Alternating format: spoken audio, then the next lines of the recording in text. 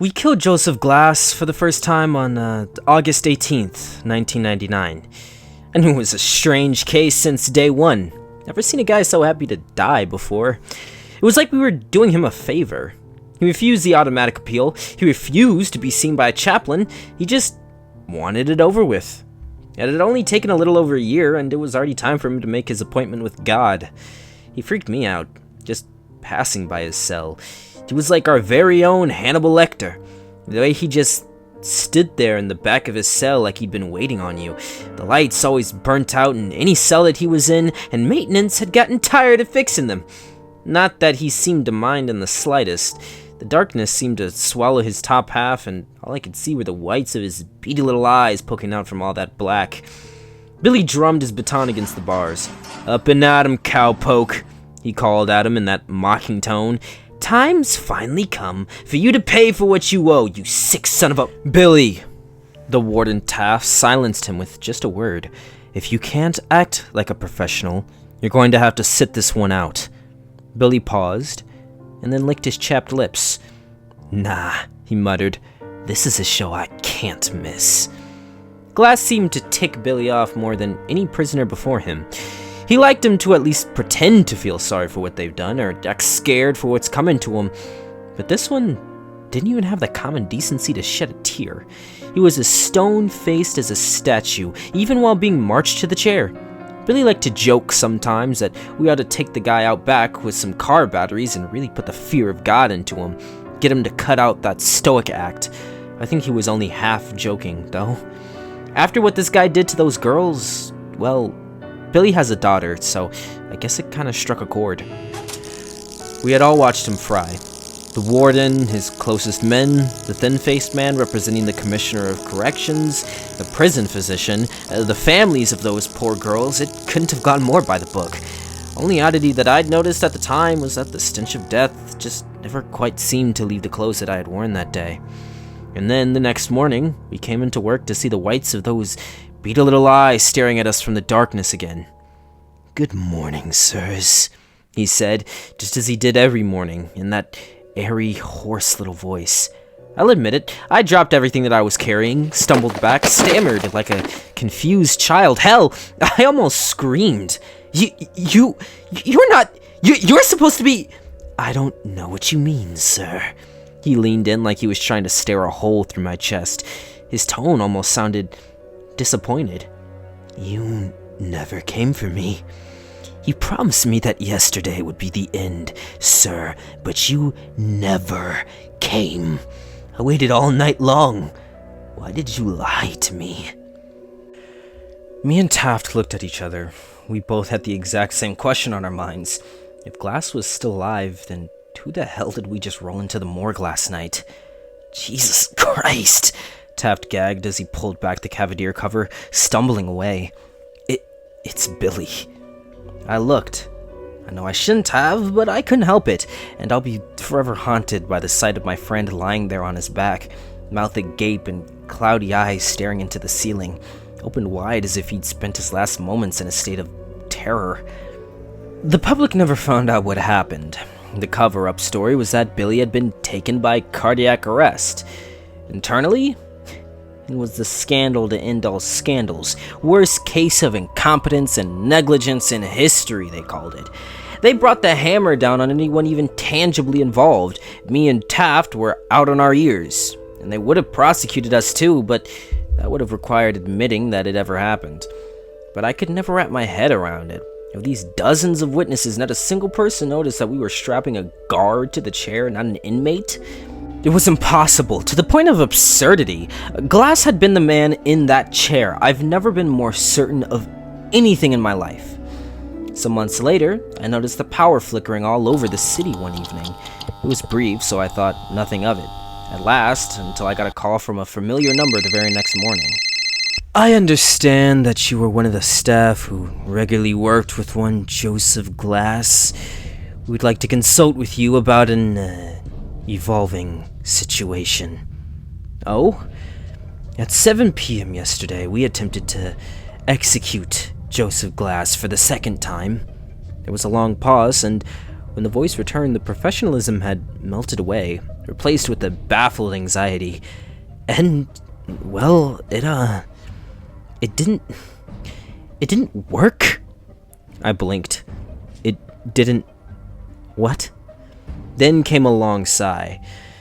Perhaps it'd be best if you saw it for yourself. And just like that, me and Taft had our jobs back.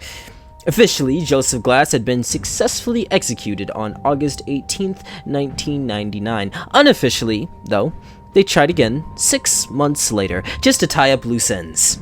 This time, he didn't even have the courtesy to pretend to die. He just sat there on the chair, motionless and unaffected, while the CO who flipped the switch suddenly seized up and began to convulse, screaming and gnashing and wailing as electricity seared him beneath his skin, clawing at his chest until his eyes popped out of his skull and rolled down his face like melted candle wax. All around him, lights were flickering, machines were bursting from pressure, and electrical panels were vomiting arcs of static. It was a mess. The feds were, understandably, crawling all over this case now, from departments that I'd never even heard of before. Something about investigating pre-eternal activity. They told me Glass was refusing to speak with anyone but the COs who once cared for him. Being walked into that interrogation room almost made me feel like I, myself, was a convict being marched into his execution. Glass was staring at me when I walked in, like he'd been sat there, motionless, waiting for me. I expected nothing less. I took a shuddering breath as I sat across from him. I sat across from serial killers and psychos before and showed no hint of fear. But how could I not? Now sitting across from a man who can kill people without even touching them. Glass. Officer Mendez. His tone betrayed no emotion. I had thought you abandoned me. I winced. No, Glass, I'd just been, temporarily relieved. It's good to see you again. Would you like a glass of water? I offered it to him. He didn't even look at it. His eyes just bored to mine. Relentless. I'm here to ask you a few questions. Silence. Okay. Glass, I need to know how you killed Billy and Kramer. I didn't, he replied. It did. It? The thing standing behind you. I didn't bother to turn around. I had enough experience with prisoners trying to trick me into looking the other way while they pulled off some half-baked escape plan. Glass, please take this seriously, I replied. I've always treated you with respect, haven't I? You've never had any problems with me. Actually, I do. I have a problem with all of you. Oh? You here all believe that death is a punishment? There was the first hint of emotion that I'd ever heard in his voice. It's not. It's freedom. The only freedom. You promised me that gift. You promised me you'd let me die. You've given it to so many other prisoners while leaving me behind with all of your machines and your science and your knowledge.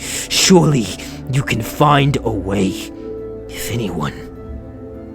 My throat felt suddenly dry. I had to take a sip of water myself and hope that it would quell my burning nerves.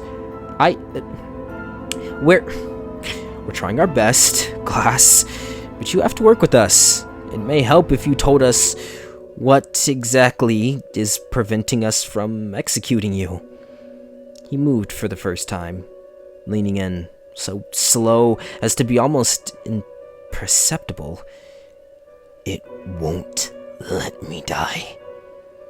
And that's when I felt a hand settle on my shoulder from behind. Everything stopped. My lungs stopped inflating. I swear, my heart stopped beating, and my blood froze in place in my veins, and it all felt so cold. I could see the hand in the corner of my eyes, long and veiny and black. I could feel the breath on the back of my neck. I'd once mocked the way deers froze in headlights, but now I understood. I couldn't move. I couldn't blink. I couldn't think. I couldn't even take a single breath. Even as my lungs began to cry out for air, and my vision blurred, and my thoughts melded together, all I could see was Joseph's eyes staring into mine. Those infinite fathoms of darkness, those Stygian seas that swirled and stormed and thundered in the blackness of his iris, and the eyes of things waiting a million leagues below the water. And I would have suffocated there, too terrified to even breathe, if those agents in black had not called off the interrogation then and come storming into the room. Later they showed me the tapes from the security cameras. There had been nothing behind me, nothing placing its thin hand upon my shoulder. Nothing at all. On May 7th, 2001, Glass was set up to be executed for the third time, via hanging, or so I heard, in some government black site somewhere, far from prying eyes. While it was set to happen, me and Taft were sharing glasses of scotch in his office, nominally to celebrate, obviously. Though really, it was because we were scared. Taft always had struck me at young at heart, despite his years, but this was the first time that the warden ever looked truly, properly old. He watched the yard below as he had his drink.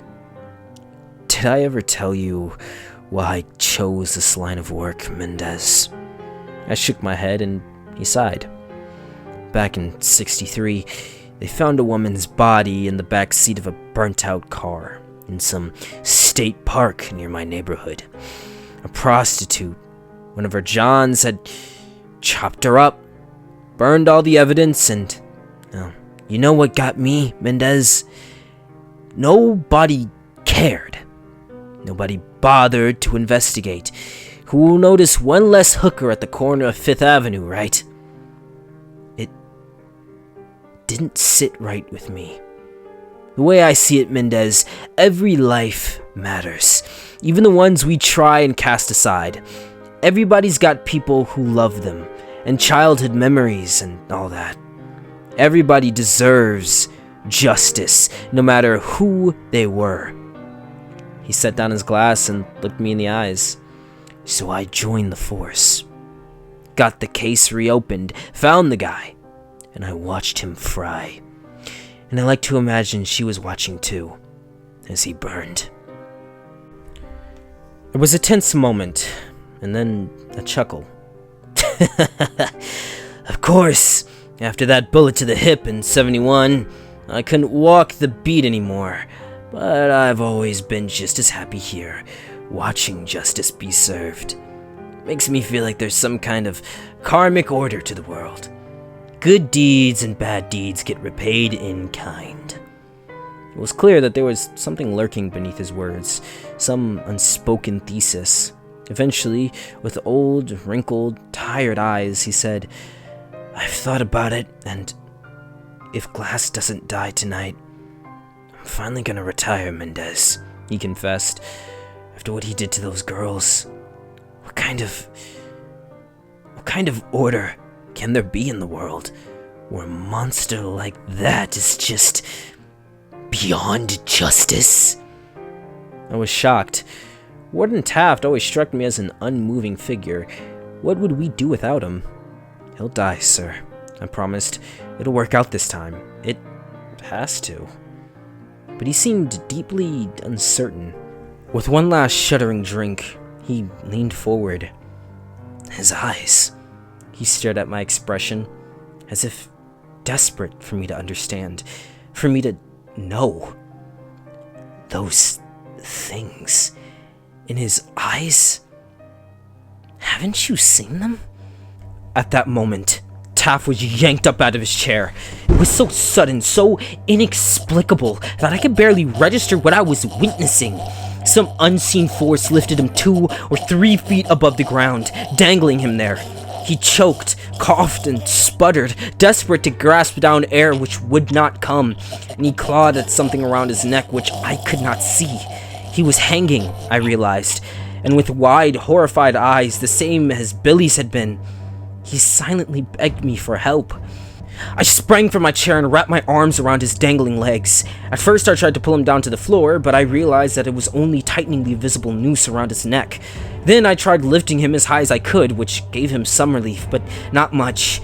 Tears rolled down his face as it swelled and turned blue, and even though I could not see the noose, I could still see the purple bruised skin where it had squeezed around his neck. All the while I screamed myself hoarse, "Help! Somebody please! Jesus Christ! We need help in here!" But nobody came. All of a sudden, some unseen force seemed to sweep my feet out from underneath me. I dropped like a bag of bricks, but I was so startled and I maintained my grip around the warden's legs. I fell and yanked him down with me, and his body suddenly jolted with a sickening crack. It took me a while to manage the courage to look up at him. His neck had been stretched for far too long, and his head was bent to the side at almost a 90-degree angle, eyes wide, round, and bloated tongue hanging from his dry lips. And then, whatever force had suspended him disappeared, and his body fell upon me while I screamed and screamed. I came bursting from his office to find my own coworkers casually chatting and working just outside. Somehow, despite all my screaming and begging while Taft was dying, none of them had heard a thing. I took a page from Taft. I wanted out. We were dealing with something unholy here, something whose tendrils could reach any distance, and my life, who knows, maybe even my soul, was at hazard. But the agents in the sharp suit made one thing clear. If I refused to cooperate, well, I'd make the perfect scapegoat for the murder of Warden Taft. I marched into the interrogation room to find a Joseph Glass that had abandoned all pretense of humanity.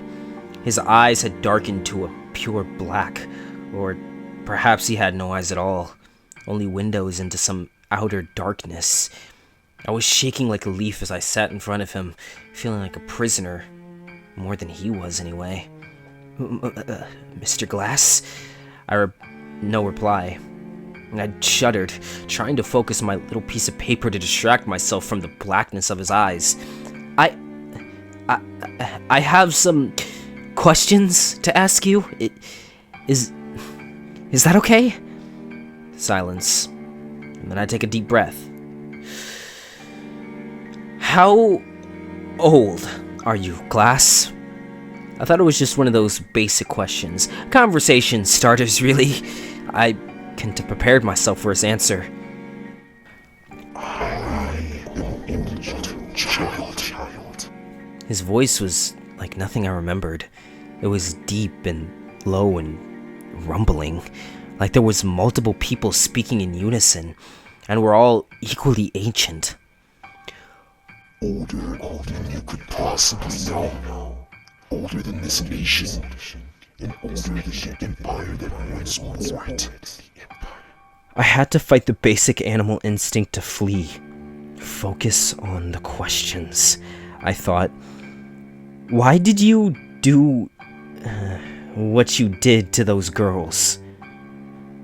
Just so I could feel something again. He whispered.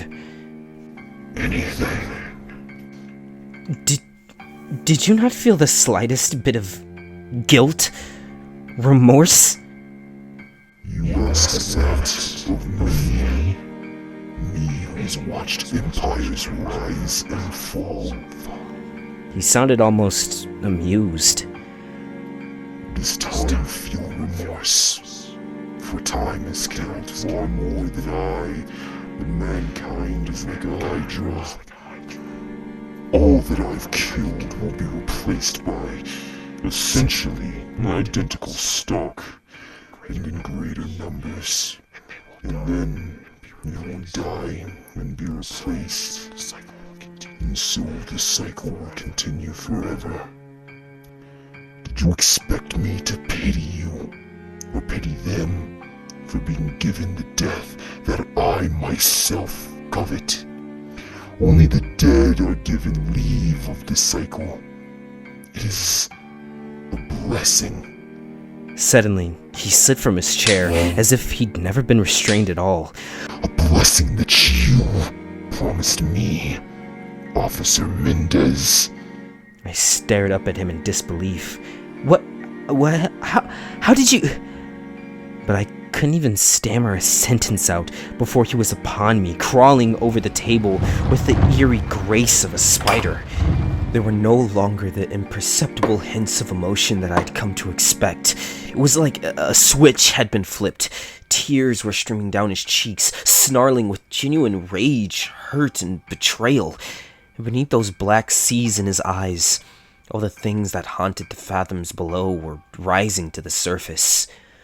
You owe me death. Make good on your word. Pay your debt. I cried out and recoiled from his very touch with disgust, but he was stronger than he looked. I couldn't worm my way out of his impossible grip. I won't! Get off me, you sick bastard! Do it! Pay me what you owe! It was like 1,000 voices were screaming in my ear, straining and weeping. I locked my hands around his neck and pressed my thumbs against his throat, trying to strangle him. But instead, I could just feel that grip upon my own neck, squeezing the life out of myself as my lungs burned for air. Yet I kept pressing harder and harder, as if hoping that I might somehow break through whatever unholy force was protecting him. And then, those terrible hands began to grasp my shoulders again, and I was paralyzed by a terror that could be called nothing but ancient and primal. Like the thing standing behind me was the same force that kept my ancestors huddled terrified in their caves hundreds of thousands of years ago, and every one of those voices was crying out to me through the very blood, and it pulled me by my chair and threw me as though I were weightless. And the next thing I knew, I was waking up in the infirmary. Once again, none of this was captured on the security camera. In the footage, I just enter the room, have a seat with the strange, almost robotic movements, and then the both of us just sit there, staring at each other without speaking, without moving, without blinking, for an hour.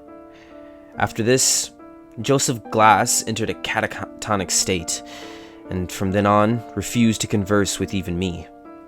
Now that my usefulness has ended, the agents discarded me like yesterday's trash. Don't even seem to care if I tell anybody, because who would believe me anyway? I thought that I'd gotten lucky, that my nightmare was over, but I couldn't have been more wrong. Go sorting through any public records, you won't find a single mention of the name Joseph Glass.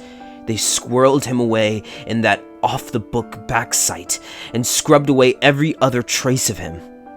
I'd say he'd been unpersoned, if indeed he could ever be called a person at all. But they were still trying every execution method in the book. I don't know quite why. Maybe it's for research.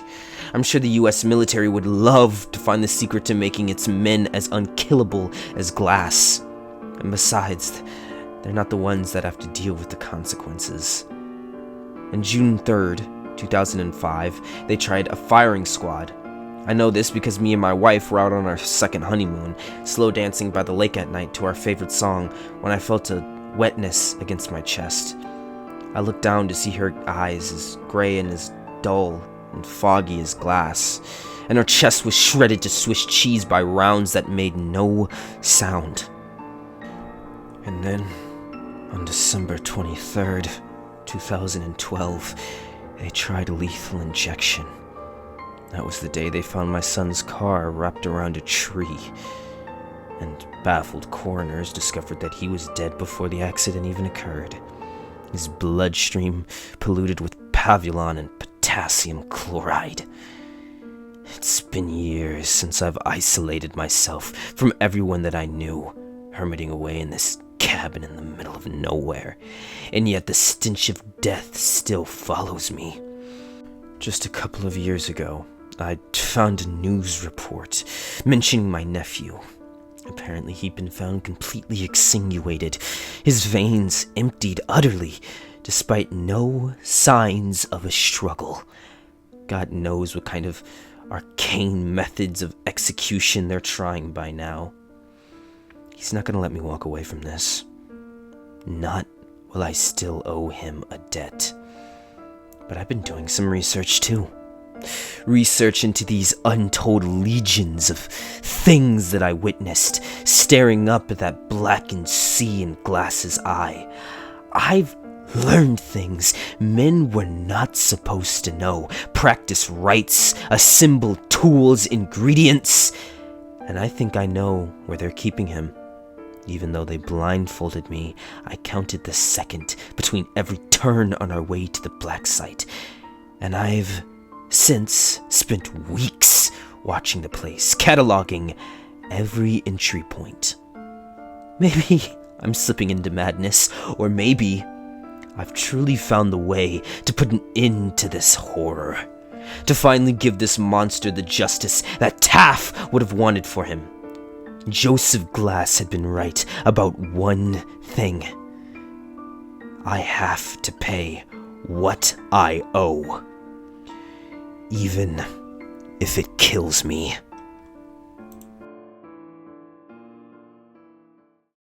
Hey guys, Zabub here, and I know I don't usually do these outro takes, but I figured that I'd catch you guys up on some exciting news that's about to be starting on the channel pretty soon. So first things first, as you might have noticed, this is my 99th video.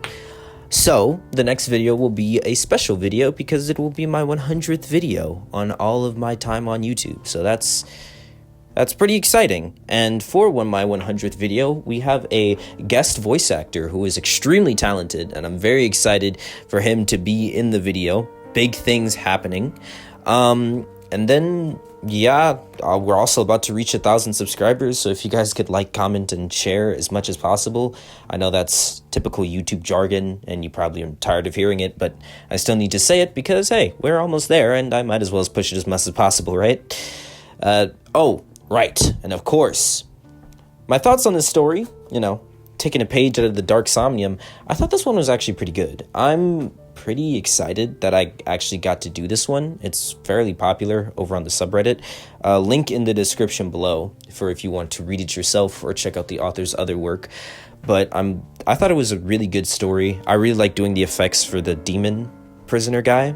And yeah, I thought it was pretty dope.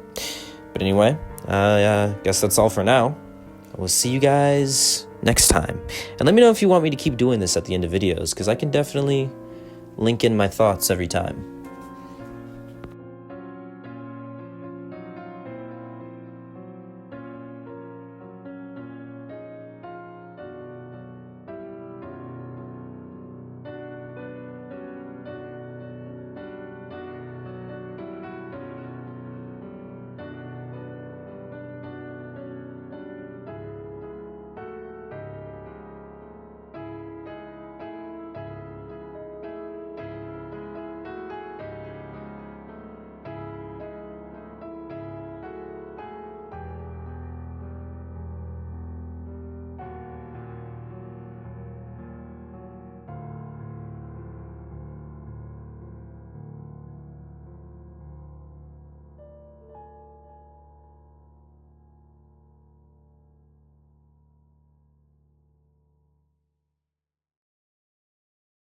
So, how was your day, Jack? What I enjoy the most definitely is to chat with the kids. They have always funny stories to share with me, and sometimes they like to sing, and that's such a good way to start